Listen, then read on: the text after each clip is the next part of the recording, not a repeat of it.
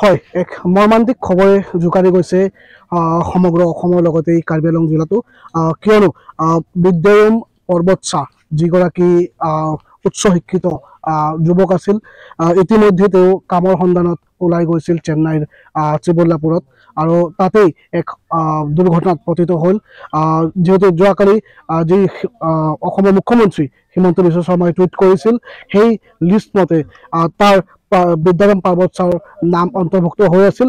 ইতিমধ্যে মৃত্যু হৈছে বুলি সকলোৱে গম পাইছে, আৰু আমি তেওঁৰ বাসগৃহত আহি উপস্থিত হৈছোঁ। এক শোকাকুল পৰিৱেশ এই ঘৰখনত দেখা গৈছে।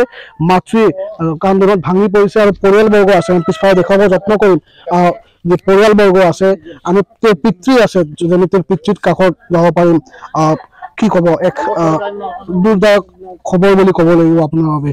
আপোনাৰ পুত্ৰ ইতিমধ্যে বিয়োগ হৈছে, কি ক'ব? মই সেইটোৱেই অনুৰোধ কৰিছোঁ যে হেমন্ত মামাক অনুৰোধ কৰিছোঁ যে ল'ৰাটো ভালে ভালে ঘৰত আহি পালে হ'ল। এইটোৱেই, আৰু মোৰ একো ক'বলৈ নাই। আজি গৰীবৰ ঘৰৰ ল'ৰা টকা পইচা চলাব নোৱাৰাৰ কাৰণে বিদেশত গৈছিলে, হঠাৎকৈ মৃত্যুটো হৈ গ'ল আৰু ময়ো একো ক'ব নোৱাৰা হৈছোঁ। হয়, ইয়াৰ গাঁওবুঢ়া এজন আছে, আমি কথা পাতিবলৈ যদি আপোনাক পাওঁ।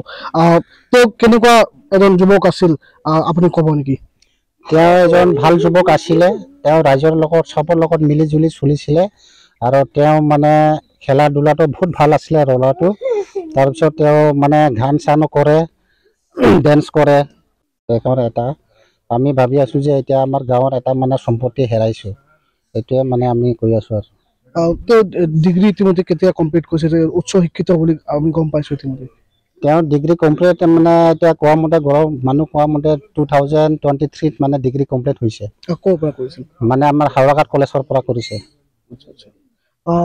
হয়, ইতিমধ্যে দেখা গৈছে যে এই বাসগৃহত এক শোকাকুল পৰিৱেশ। আমি যদি আৰু কথা পাতিবলৈ যত্ন কৰিম, তেওঁৰ ডাঙৰ ভাতৃ আছে আমাৰ সৈতে, আমি যদি কথা পাতিবলৈ পাওঁ। হয়, এই ডাঙৰ ভাতৃগৰাকী আছে, আমি তেওঁলোকৰ সৈতে কথা পাতিবলৈ যত্ন কৰিম। কি ক'ব, এক দুখৰ কথা, এই পূজাৰ বতৰত এক দুখৰ খবৰ আপোনালৈ আহিছে, কি ক'ব? পূজাত মানে আমি চবেই পূজা চাই আছিলোঁ মানে ধুনীয়াকৈ। ভাইটিৰ লগতো ৰাতিপুৱাই কথা পাতিছিলোঁ আমি। চ' আবেলি মানে এইবিলাক গোটাতে মানে আমি আচৰিত হৈ গ'ল। আমি কি কওঁ, মানে পূজাৰ টাইমত আমি মানে ভাইটিক আমি বহুত মিছ কৰি আছিলোঁ। পূজাত আমি একেলগে চাওঁ, আমি আগতে কিবা খেলা ধূলা কৰোঁ। আমি এতিয়া মানে ফটককৈ এইবিলাক নিউজ আহি গৈছে, আমি মানে চক হৈ গ'ল। চ' না কান্দিম না কি হৈ, মানে খোৱা দোৱা একো নাই। আজি মানে টোপনি ৰাতিপুৱা আমি টোপনি মৰাই নাই, মানে কান্দিম না কি এনেকুৱা অৱস্থা হৈ আছে আমাৰ। মানে খবৰটো কেইটা বজাত আহিছিল? খবৰটো আপোনাৰ মানে মোৰ 5টা বজাত খবৰ আহিছিলে মোক, ডাইৰেক্ট চেনেলৰ পৰা। খবৰটো মানে আমি 5টা বজাত আমি খবৰটো পাইছিলোঁ মানে একজেক্টলি। দেখা গৈছে তেওঁ এক উচ্চ শিক্ষিত যুৱক আছিল। কামৰ সন্ধানত অসমত কাম বিচাৰি বা চাকৰি বিচাৰি তেওঁ পোৱা নাছিল নেকি? তেওঁ কিয় বাহিৰলৈ যাবলগীয়া হ'ল? তাই মানে আমাৰ ঘৰত মানে নচলে, আমি মানে চাকৰি তাকৰি আমাকতো নাই, আৰু খেতি বাতিও নাই, মাটি বাৰীও নাই। চ' সেইকাৰণে আমি মানে বাহিৰত কাম কৰি মানে আমি খাওঁ লোকৰ তাত। আৰু ভাইটি মানে বাহিৰত যাই পেলাই মানে অলপ হাজিৰা কৰি পেলাই মানে এইটো আমি গুজাৰি কিবা কৰোঁ আৰু ঘৰৰ চলে আৰু মা দেউতা চব আমি একেলগে। তেওঁ আৰু কি কৰিছিল? যেনেকুৱা আমি শুনি পাইছোঁ তেওঁ ভাল নৃত্য কৰে, তেওঁ ভাল, আৰু কি কৰিছিল? তাই মানে চবৰ লগত ভাল, সৰু হওক ডাঙৰ হওক চব লগত তাৰ মানে মিলে চবেই মানে তাক বহুত ভাল পায়। আৰু তাই গানো গায়, ডেন্স কৰে, বহুত মানে মানুহটো কিবা আৰু। মুখ্যমন্ত্ৰীয়ে ইতিমধ্যে টুইট কৰিছে, মুখ্যমন্ত্ৰীয়ে আপোনাৰ ভাতৃৰ মৃত্যু হোৱা বুলি প্ৰকাশ কৰিছে। ডেড বডি কেতিয়ালৈ ঘৰত আহিব, কিবা খবৰ পাইছে নেকি?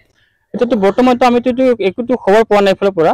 জাষ্ট মই মানে মোৰ লগৰীয়া কৈছে যে তাই 2টা বজাত ওলাব বুলি তাৰ পৰা। চ' কেইটা বজাত একজেক্টলি আমিতো নাজানো। জাষ্ট মানে আমাক আজিৰ দিনত মোৰ ভাইটিক আজিৰ দিনত আমি তাক লাগে আৰু ঘৰত ভালকৈ ধুনীয়াকৈ আমাক চঞ্জাই দিলে ভাল। কোনোবা আৰক্ষী প্ৰশাসন বা কোনোবা চৰকাৰী মানুহ কোনোবা আহিছিলে ঘৰত? হয়, যোৱাকালি ৰাতি হাওৰাঘাট থানাৰ পৰা আহিছিলে আমাৰ অচি ছাৰকেইটাই। ভাইটিৰ ডকুমেণ্টছ আৰু বেংক একাউণ্টকেইটা লৈ গৈছিলে। তাৰপিছত আমিও তাক দি দিলোঁ। হয়, নিশ্চয়কৈ এইদৰে ভাতৃৰ কৈছে যে তেওঁ আৰক্ষী আহি খবৰ লৈ গৈছিল।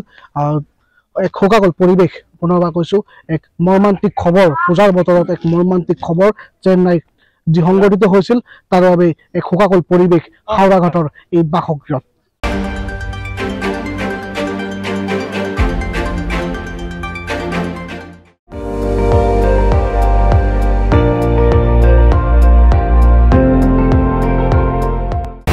আপুনি চাই আছে ND24 সৰ্বশ্ৰেষ্ঠ নহয় সৰ্বোত্তমৰ দৌৰ।